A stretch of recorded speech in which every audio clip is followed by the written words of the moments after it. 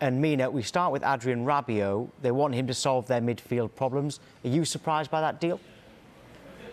Well, especially if he is being looked upon as the solution to that midfield, then I would be very surprised, because I'm yet to really understand what it is that he excels at. I think that he may be a complementary figure to what can be a very good midfield, but I wouldn't put him in a midfield that is struggling to find its identity or working in a cohesive unit already. And so I'm not entirely, he's not dynamic, he's not particularly fast, his defensive markings can be a little bit off-key,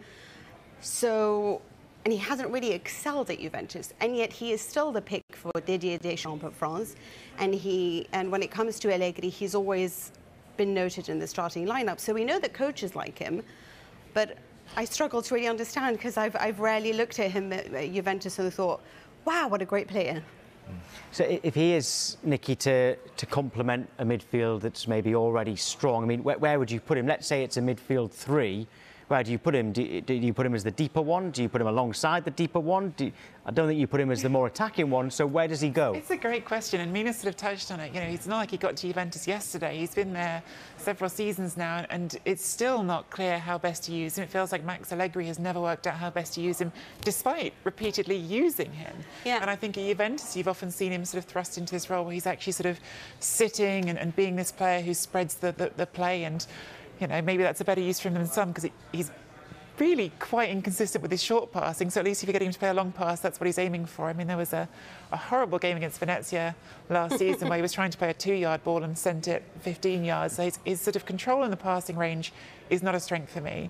I think there are some strengths in his game, but they're sort of very specific, and I would say he has a certain strength and physicality and dynamism on the ball. I don't think we've seen it much in the last few years, but I think that's something that I would imagine maybe you can lean towards him as a box-to-box midfielder. Maybe he's sort of a complementary figure to someone like Fred sitting in the middle of that Manchester United midfield, because you can put him outside and ask him to make those runs. At times we've seen him do that. He's got a great goal against Milan a couple of years ago where he carried the ball himself. But overall, it's really hard to identify what he does well consistently, because again, his short passing hasn't been that good, and his assist numbers aren't that good, and his goals aren't that good.